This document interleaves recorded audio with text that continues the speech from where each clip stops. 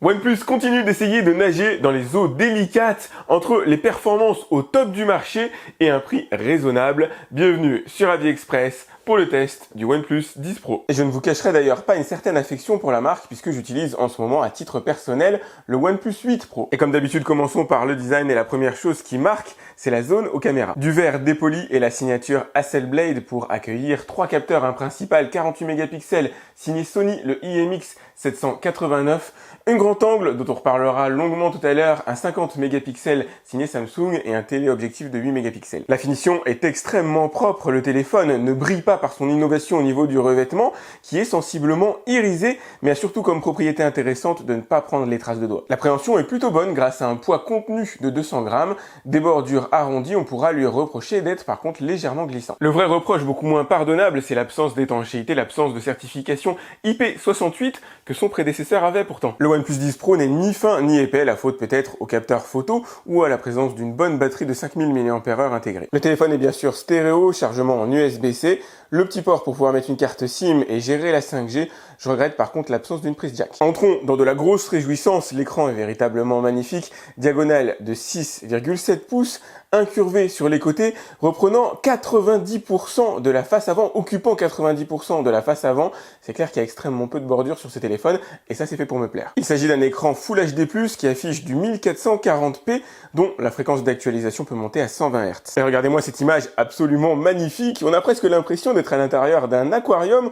On a une luminosité, alors qui oscille, fonction des pics, entre 650 et à peu près 1200 candela par mètre carré. On n'est pas au niveau d'un Samsung Galaxy S22 évidemment, mais ça reste quand même assez correct. Le téléphone couvre 146% de l'espace sRGB, 98% du DCI-P3. On a de très belles couleurs, même si c'est pas le téléphone le plus fidèle qui existe sur le marché. Ajoutez à cela la HDR10+ et une Gorilla Glass 7 pour le protéger. Si on n'est pas sur le meilleur écran disponible sur le marché, on est par contre dans les meilleurs rapports qualité-prix. Allez, petit passage par OxygenOS, qui est le système d'exploitation que vous allez retrouver à l'intérieur de ce smartphone. Donc c'est classique, vous n'allez pas être dérouté, dépaysé par rapport à ce que vous connaissez habituellement. Alors des smartphones OnePlus ou pas, j'apprécie l'absence d'applications parasites, notamment d'applications commerciales qu'on pourrait retrouver dans pas mal de smartphones aujourd'hui, y compris dans les hauts de gamme, qui ont tendance à établir des partenariats avec Amazon, etc., pas mal de marques.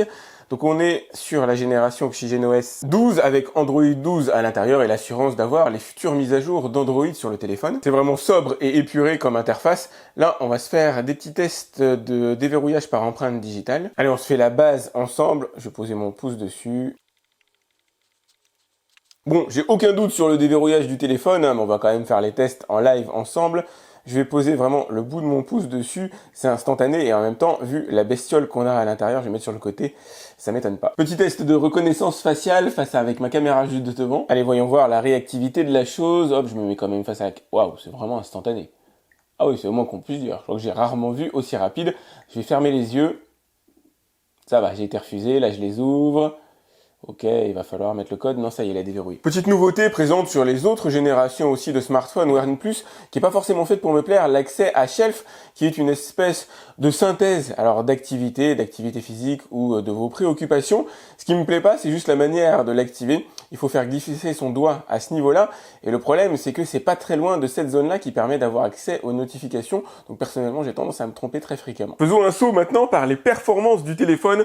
On a à l'intérieur le processeur le plus puissant disponible à l'heure actuelle sur le marché, le Snapdragon 8 Gen 1. Et regardez-moi ce score absolument délirant, je suis dégoûté, il me manquait que quelques points pour passer la barre du million. On est dans les smartphones les plus performants du monde. J'en veux pour preuve le benchmark de chez Antutu. Ici vous avez le top 10 des smartphones les plus puissants dans le monde, avec le Mi 12 Pro en tête de liste avec un score inférieur à mon OnePlus 10 Pro. Bon, après je me demande si le benchmark a été actualisé parce que j'ai déjà vu des smartphones dépasser le million, mais pas de beaucoup. C'est parti pour le lancement de Genshin Impact, le jeu le plus gourmand que j'ai pu voir jusqu'ici. Petite digression pour vous dire qu'on a du stockage UFS 3.1 à l'intérieur qui peut quand même monter à 1800 mégabits par seconde en lecture et 1200 en écriture. Traduit en français, ça veut tout simplement dire qu'il n'y a pas que le processeur qui compte à l'intérieur d'un smartphone ou d'un ordinateur, il y a aussi la vitesse d'accès aux données pour avoir la sensation que les données se chargent rapidement. Et donc il vous faut un bon stockage et c'est ce qu'on a à l'intérieur ici. Bon, j'ai 2-3 petits ralentissements, 2-3 petites saccades qui sont peut-être liées au lancement du jeu. J'ai déjà vu plus fluide. Mais étant donné le processeur qu'on a à l'intérieur, à mon avis, ça doit purement être ponctuel. Pour moi, c'est très bien. Allez, on va tester d'autres jeux quand même pour voir. Autre grand classique, Fortnite. C'est parti, on va regarder d'abord la partie paramétrage, voir hop, dans quel détail graphique spécification je me suis mis. Donc je suis en 60 fps, le max disponible à l'heure actuelle, Epic, résolution 3D 100%, et j'ai affiché les fps pour le plaisir. Et là je suis bien en plafond, pas totalement à 60 fps, ça m'arrive de varier, de descendre un petit peu en chute libre. C'est pas anormal. Là, par exemple, je suis à 40-30 fps. De toute façon, c'est simple. Pour prendre son smartphone à défaut, il suffit de faire ça. Faire un tour comme ça en l'air dans la map et vous avez tout de suite le nombre de FPS qui chute puisque le nombre de polygones affichés sur l'écran est nécessairement plus élevé. Donc j'ai mis les textures les plus élevées. Bien sûr, évidemment, étant donné le processeur qu'on a à l'intérieur du smartphone, ça aurait été une insulte de pas le faire. Et là, au sol, je plafonne quasiment systématiquement à 60 images par seconde, c'est tout bon. Allez, bienvenue sur Free Fire Max. Donc je vais régler la partie graphique, on va se mettre au top du top. Plus d'1 milliard de téléchargements pour ce jeu que je vous invite à tester. Dans la série équivalente à PlayerUnknown's Battlegrounds et Fortnite, évidemment. Voilà, je vous en montre quelques secondes, c'est juste pour le plaisir de voir que c'est fluide, et ça l'est. La série des Battle Royale, voilà, je cherchais mon mot la dernière fois. D'ailleurs, je vous invite à aller voir le film si vous ne l'avez jamais vu. Je vais régler les graphes alors au max possible. Je sais pas pourquoi j'ai pas accès à Ultra HD. Hop, nickel. Alors ça va être fluide, hein, c'est toujours pareil, c'est toujours le même concept avec ce genre de smartphone. Il n'y a pas grand chose qui puisse réellement l'attaquer. Si ce n'est un petit peu de chauffe à vérifier en plein été et quelques images manquées sur Genshin Impact liées au fait que j'avais pas mal d'applications ouvertes en toile de fond, c'est le smartphone qui est le plus puissant disponible à l'heure actuelle sur le marché. Alors ils commencent à être nombreux à avoir ce titre, évidemment, puisqu'ils sont nombreux à avoir le Snapdragon 8 Gen 1. Niveau autonomie, il est dans la moyenne, alors on va dire dans la bonne moyenne, puisqu'il a la même autonomie qu'un Samsung Galaxy S22, ce qui est plutôt une bonne signature. Autonomie meilleure que son principal concurrent, le Xiaomi 12 Pro, mais il est quand même un peu en retrait par rapport aux plus haut de gamme du marché qui vont durer environ 3 heures de plus, puisque celui-là va vous permettre d'avoir un écran allumé pendant environ 14 heures, ce qui correspond à une très grosse journée d'utilisation, une utilisation véritablement intensive, ne prenant pas en compte le jeu vidéo. Si vous ne faites que jouer aux jeux vidéo, évidemment, l'autonomie sera différente et il est très difficile de vous dire combien de temps vous pouvez espérer dans ce cadre-là. Là où je suis un peu sur ma réserve, c'est au niveau de la recharge. Alors le smartphone va se charger en environ une demi-heure grâce au chargeur 80 watts qui est fourni. C'est en dessous des promesses des smartphones haut de gamme qui sortent en ce moment, où on va retrouver dessus en général au moins du 120 watts, si ce n'est plus. Je vous propose de faire un tour maintenant par la partie photo et j'attends énormément des différents capteurs présents à l'intérieur de ce smartphone. Bon, vous avez le mode nuit pour améliorer l'exposition, la vidéo avec la prise en charge, alors de la 4K jusqu'à 30 fps, de la 8K jusqu'à 24 fps et du 1080p 60 fps, la possibilité de faire des ralentis. Bien sûr, le mode photo, l'interface est tout à fait classique, le portrait pour les flous de profondeur, et les modes supplémentaires. Excellente nouvelle, le smartphone et son capteur de 48 mégapixels signé Sony gèrent mieux les couleurs et les contrastes que son principal adversaire, le Xiaomi Mi 12 Pro. On a une image qui est véritablement très belle. Là, je filme en 4K. On se fera un petit test de stabilisation après, histoire de voir ce que ça donne. Mais je suis clairement pas déçu. Sur un petit test de mise au point rapide, voilà, sur les fraises, puis sur le ciel qui est très moche aujourd'hui. Je reviens sur mes plants de fraises en espérant qu'elles poussent bien. Et ben voilà un gros plan, on en a 2-3 qui sortent de terre. Et ben voilà quelque chose d'extrêmement plaisant, on commence enfin à avoir de la bonne stabilisation sur l'objectif en 4K. Et ça c'est cool, d'habitude il fallait descendre en 1080p pour avoir une stab correcte. Restons chez Sony pour la partie capteur à selfie avec du 32 mégapixels stratosphérique, de quoi voir l'intégralité des points noirs que vous avez sur le visage. Là je fais un petit test d'exposition comme d'habitude, sauf qu'il y a un très mauvais temps aujourd'hui.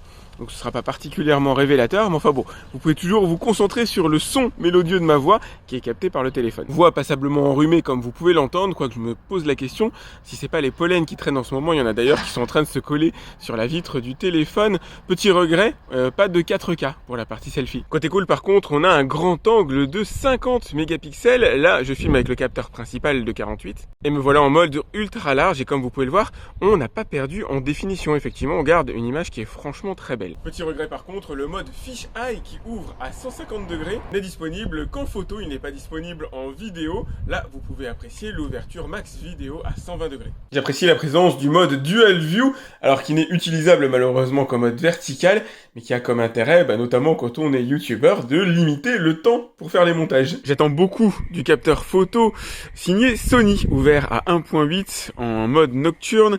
Et franchement, je suis pas déçu. j'arrive à voir alors des choses que je ne vois pas habituellement avec les smartphones. J'irais dire milieu de gamme. C'est là qu'on peut voir effectivement qu'on est ici sur un haut de gamme. La luminosité de la rue est absolument exceptionnelle par rapport à ce que j'ai l'habitude de voir sur des téléphones, on va dire à 300-400 euros, ce qui est la moindre des choses, mais témoigne bien qu'on est ici dans l'univers du haut de gamme. J'arrive même à voir les nuages alors qu'on est en pleine nuit, chose que je ne vois absolument jamais habituellement. Non, j'avoue, c'est cool. Je vais voir si on peut... Ah bah ouais, on fait plus que le distinguer. Avec un milieu de gamme, c'est simple, hein, l'arbre ici se fond intégralement dans la nuit, alors que là, vous le voyez totalement distinctement.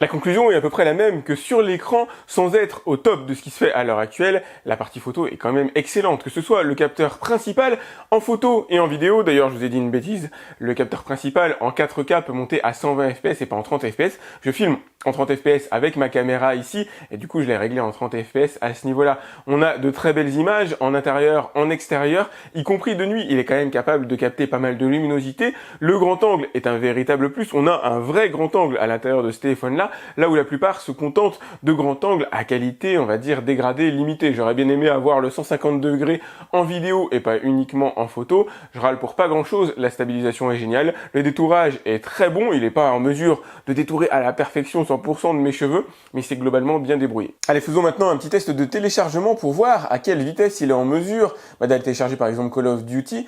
Je suis sur, alors le téléphone est en Wi-Fi 6 évidemment, mon réseau aussi, avec la fibre optique derrière, capable d'envoyer du 500 mégabits par seconde s'ils ont fait la mise à jour chez Orange. Et regardez, alors je pense qu'ils se sont trompés dans l'unité, il y a écrit mégabits par seconde, mais ça doit être mégaoctets par seconde, parce que cette vitesse de téléchargement correspond pas du tout au défilé des pourcentages que vous avez ici. On doit bien être à 48 mégaoctets par seconde, ce qui correspond à la vitesse maximale que je peux avoir sur mon réseau. Ça se voit de toute façon au défilé des pourcentages sur un jeu de 2,32 gigas, ce serait pas possible que ce soit du mégabit, c'est bien du mégaoctet. On va faire maintenant le même test, mais sur de la 5G, donc je suis chez Free, et sur le slot, vous allez pouvoir mettre 2 cartes SIM évidemment, mais pas de carte SD. Allez, comme d'hab, je désactive le Wi-Fi afin de ne pas biaiser les tests. Voilà, je vais relancer le téléchargement. Donc là, je suis bien connecté en 5G. Je vais mettre installer. Alors, je suis situé à 2 km de la borne 5G. Donc forcément, ça influe, ça impacte sur les performances. Mais regardez, j'atteins quand même la vitesse honnête de 7 mégaoctets par seconde. J'ai eu une pointe à 9.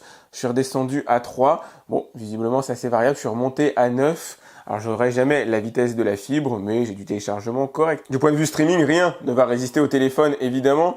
Je vais accroître la définition. On va voir à quelle vitesse il le télécharge. Je suis toujours sur la bande 5G. Ouais, il a mis un petit peu de temps quand même à se caler. Hop. Alors, désolé pour la luminosité. Malheureusement, elle a été baissée.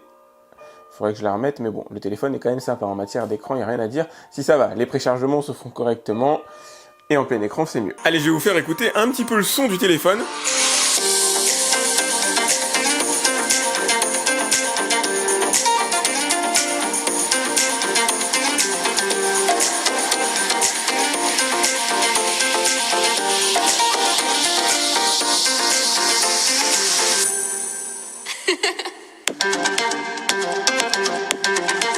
Ah, le son est franchement propre, c'est le moins qu'on puisse dire.